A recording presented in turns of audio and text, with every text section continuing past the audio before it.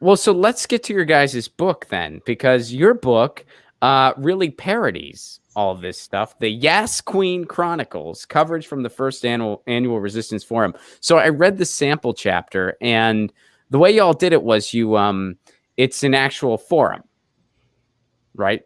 Yes. And does that go on throughout the book?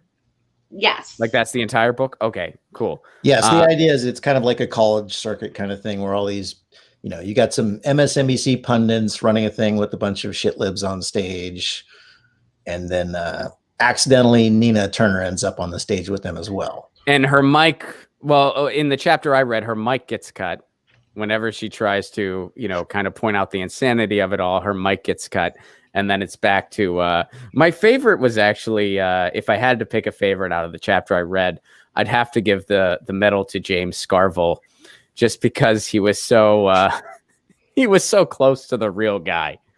Like, it gets even better. Like he evolves, and he even, while we're reading it again and editing, we absolutely crack up. Just typing about him and reading it. He's definitely my husband's favorite. I personally love him, but I loved writing Alyssa Shalano. I thought she was so easy to come up with stuff, and we can see the characters saying every single thing we've written.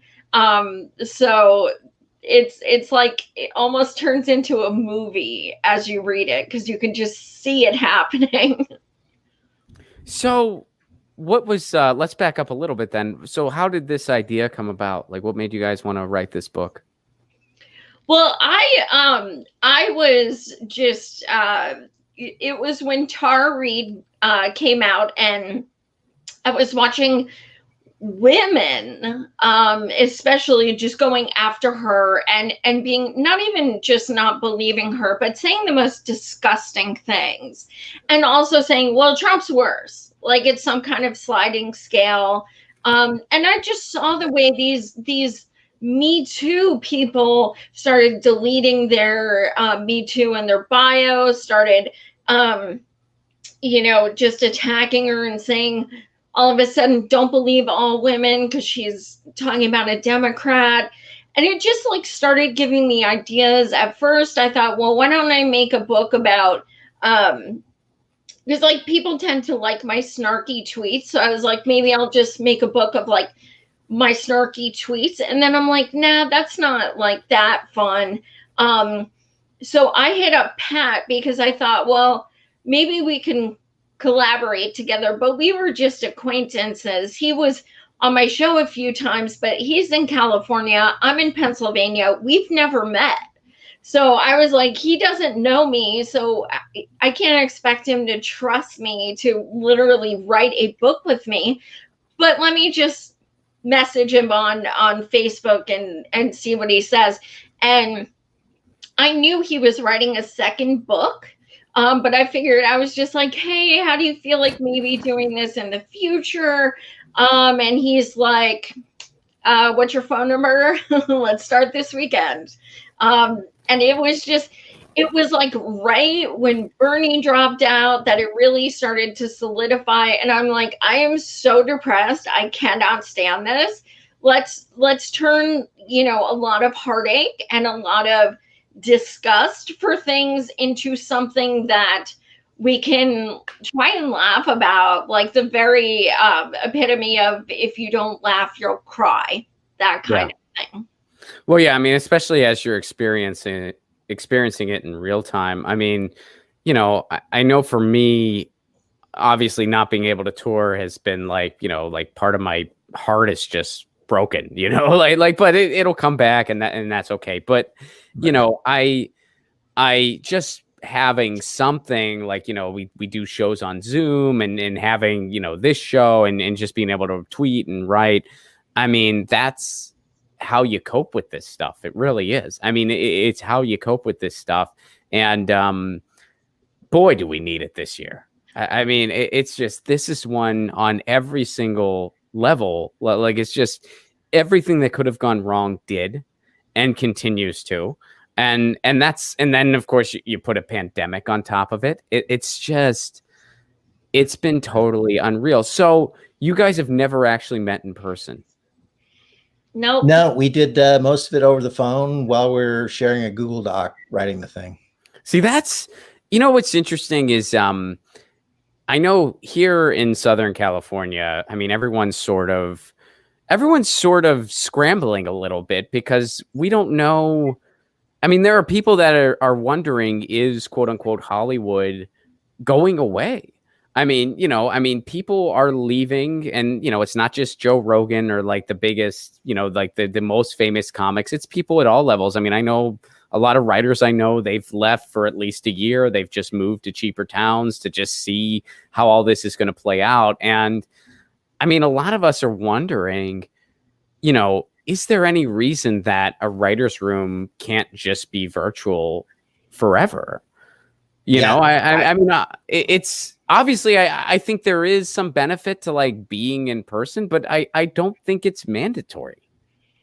Well, and on top of just being virtual, I am severely visually impaired. I have no sight in my left eye and very minimal sight in my right eye.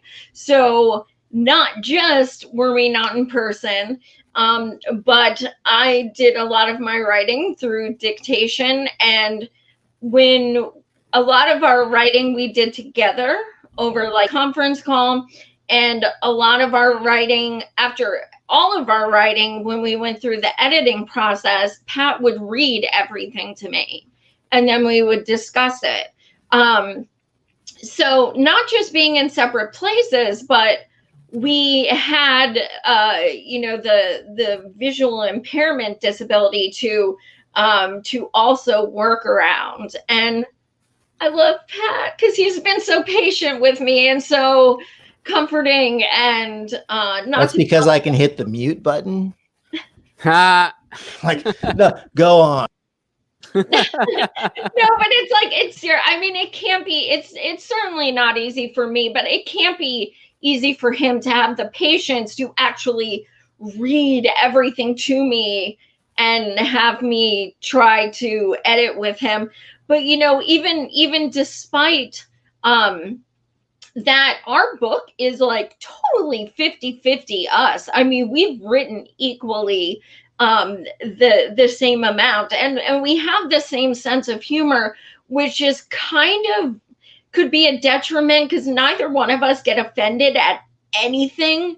So it was kind of the fine line, like, should we say this? That could be too far. Yeah, the funniest stuff did not make the book. It just, I mean, the book is, I mean, I hope it's funny, but like, 99% of the people would love the stuff we left out of the book, but the 1% would cancel us on Twitter and we'd be done forever. Fair enough. So, and for anyone who's not clear on the theme, it is the Yes Queen Chronicles coverage from the first annual Resistance Forum, where it's written kind of like a, like a transcript, like a dialogue, a dialogue, and it's everybody at this forum, and of course it's a parody. So I would just wanted to add before, so people don't get the wrong impression about it. It's not entirely looking back. Like that's like, we kind of try to get that out in the beginning so that it's more about the party in the future. So, I mean, I hope it's cathartic, but it's not like documenting 2020 or something, that's not our goal with it at all. Yeah, we definitely made a conscious effort to not make it about this upcoming election, not make it solely about 2016. We have 2016 in one chapter, we move on. We deal with Black Lives Matter, we deal with masks in the pandemic. We deal with things that are going on presently that also you could reread the book in 5 years and it would still be completely, applicable, and you'd still take something away from it. Who was your all's favorite character to write? I mean, I've only read one chapter, so I can't say that my favorite character is James Garville. You liked James Garville? He made out of the chapter I've read, yes. I mean, I feel like I can't say I have a favorite until I've read the whole thing, but like out of the chapter I've read, James was my favorite in that chapter. But who was your all's favorite to write? Yeah, I mean, it's a toss-up. I think I agree that Alyssa was my favorite because she's such an easy vehicle to say dumb things and point out how flawed her arguments are. But I mean, James was also the ridiculous. You know, the two of them are the ridiculous characters in this story, and the whole thing's a lecture. But we did build in sort of character arc things, like they, you know, by the end they're not the same. There are some conflicts from the people on stage, and you know, it's not just like turn on the mic and they talk about it and then it's over. There's, you know, it's a book, so we had to make it interesting in that respect. Yeah, and I do want to make it clear to people watching that it is not just about, you know, libs and you know, punching down on them. Nina Burner is a main character. We are represented in this. This isn't just like trash people. Any single burner in the entire universe will like this book. It's very cathartic, and we are represented. So, you know, don't think that it's all about just bashing shit libs. It's a combination of both. Do you guys hope Nina Turner the real Nina Turner in real life? Do you hope Nina runs for president in 2024? Hell yes.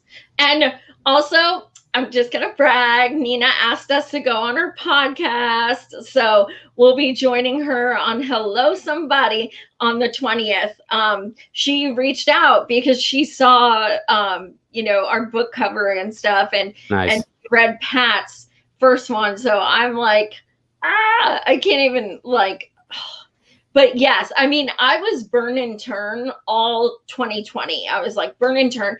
And I told her that. I've met her like 8 times, and every freaking time I'm like, you know what I'm going to say, burn and turn. So 2024, I cannot think of anyone I'd rather run. I hope for that too. And also I hope it's not as a Democrat, because I think we need a new party. And that's, yeah, that's what I'm hoping for. Yeah, Jesus could run as a Democrat, and the Democratic Party would undermine him. The only thing is, if she didn't run as a Democrat, she wouldn't be on the debate stage. And man, would I love her to just rip into some of those people. Yeah, I mean, there's still a long time between now and then. And if there is a viable alternative to the duopoly, which I feel like in the electoral sense, we need. I mean, we need. It's the Democratic Party's done. It's done. Right. We have a neo-fascist party and a right-wing party. I don't even say right-wing and center-right. That's being too generous. We have an actual fascist party. The Republicans are a fascist party. I mean, they make the Tories look like charity. I mean, it's unbelievable. And the Tories are awful. Don't get me wrong, but they make the Tories look like charity. So we have a neo-fascist party and a right-wing party. I think calling the Democrats center-right is too generous, because you know what? Around the world, there's a lot of people that are center-right that still at least have the principle that everyone, of course, needs to have health care. And nobody should go bankrupt over medical bills. There's center-right people in England and Canada and, you know, Australia and other countries that feel that way. So no, the Democrats, because they don't even have that. They don't even have that principle. Yeah. Joe They're not center-right. Just recently arguing against a bill that would make sure that the vaccine providers don't gouge the public. Mm-hmm. That's the Democratic Party. The Democratic Party is not supporting a bill to prevent price gouging from coronavirus stuff. And he still refused to support Medicare for all. 70% of Americans across the political spectrum, they're for Medicare for all. Joe Biden still won't even give it the lip service. He won't even give it the lip service. Like, just this guy. Lie to me. If you lie to the public, but you can't even, like, you're so owned that you can't even lie. Well, I posted a throwback article. In 2019, Joe stated that supporting Medicare for all is a disgrace to his dead son who died of cancer. Yeah. Wow. Yeah. I have not seen that. And I shared Well, it this one and other thing along those lines was probably what Joy's about to say. Sorry, Joy. Go ahead. it could be because we were talking about it. Joe Biden actually was talking about having to refinance his home because of having so many medical bills, but good old Obama, who's a millionaire, stepped in for him. Well, we don't have that. I have thousands in medical bills, and I just had surgery, and I am terrified of what I'm going to get, and I don't have an Obama.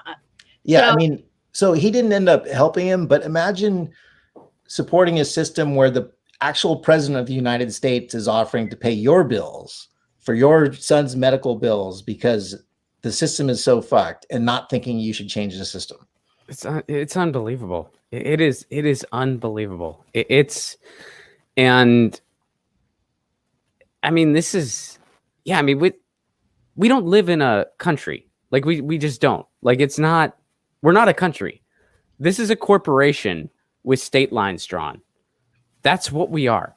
I mean, we have a federal government that has completely failed on every level, and it's by design. It's set up to do that. And we're seeing the system crumble. And by the way, this is what capitalism does every single time it's tried. Every single time it's tried. This is what capitalism does because this is exactly what it's set up to do. Everything's private ownership, and the people with all the money, they make all the rules. And the people who try to apologize for this, well, technically, it's like, no, it's capitalism. Because, well, if you give the banks, blah, blah, blah, it's not, no, it still is because they get to make the rules. Don't forget about the second part. The private ownership makes the freaking rules. So this is capitalism. This is what it does. This is what it's set up to do. And we live in a capitalism death cult, literally, where they want you to go to work and die for this beyond broken system. absolutely. I mean, if it isn't clear to people when our government is trying to force people back to work at a higher point in the coronavirus than when we shut down. Well, and they're trying to send the kids to school. Yeah. Oh, the kids are fine.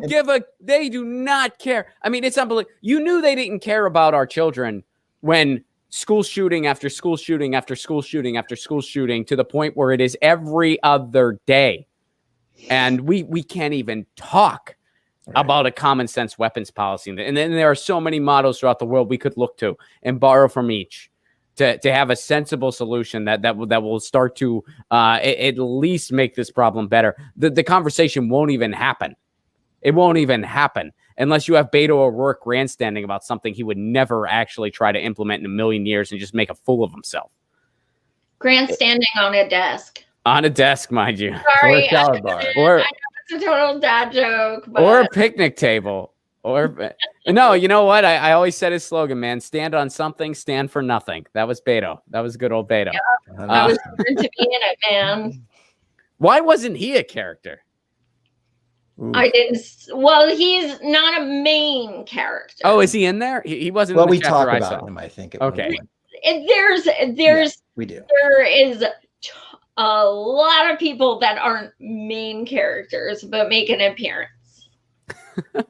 Yeah, we got some of them in. There's a breakout room session in the middle of this big forum where you can go to different rooms for stuff, and that was a way to just take little digs at everybody, real quick digs. Nice. So everybody, check out the book. You can pre-order it now, right? Like you can. Yeah. It literally is going to the printers today. We did our final edit, our final absolutely everything. It's done. It's in the bag. So, it takes 2 to 3 weeks for them to get us the books back. So it'll be out this month in people's hands. Yeah. Brilliant. And that website is savageandpat.com. That's savageandpat.com, spelled exactly how it's supposed to be spelled, savageandpat.com. You can pre-order the Yas Queen Chronicles. What else do you guys would you guys like to plug? Well, I do want to say that, definitely go to www.savageandpat.com. But in honor of Ron having us on the show, if you type in code RON, RON, you will get $2 off your book. Nice. For the next 48 hours. And also, since it is pre-sales, we are still signing all the books. You could pick either Pat or myself and tell us what to sign. And we're getting some gems, I'll tell you that much.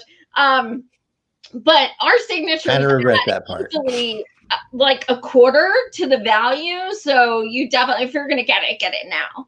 So go to savageandpat.com, pre-order, use the promo code RON, RON, and you get a little discount. How cool is that? That's breaking now. We'll have to make sure we drop this clip as soon as possible too. But yeah, that's breaking now. Go to savageandpat.com. Get a discount before it's too late. Promo code RON. Yeah. $1 for every billionaire we need for our 2 billionaire plan. We're going to start, Ron. Get your news on with Ron. Don't you want to know what's going on? We're getting our news on today. Get your news on with Ron. Don't you want to know what's going on? We're getting our news on today. Yeah, yeah, yeah. You can tweet me an article at Ron Placone. We'll go through it together and make it our own. Get your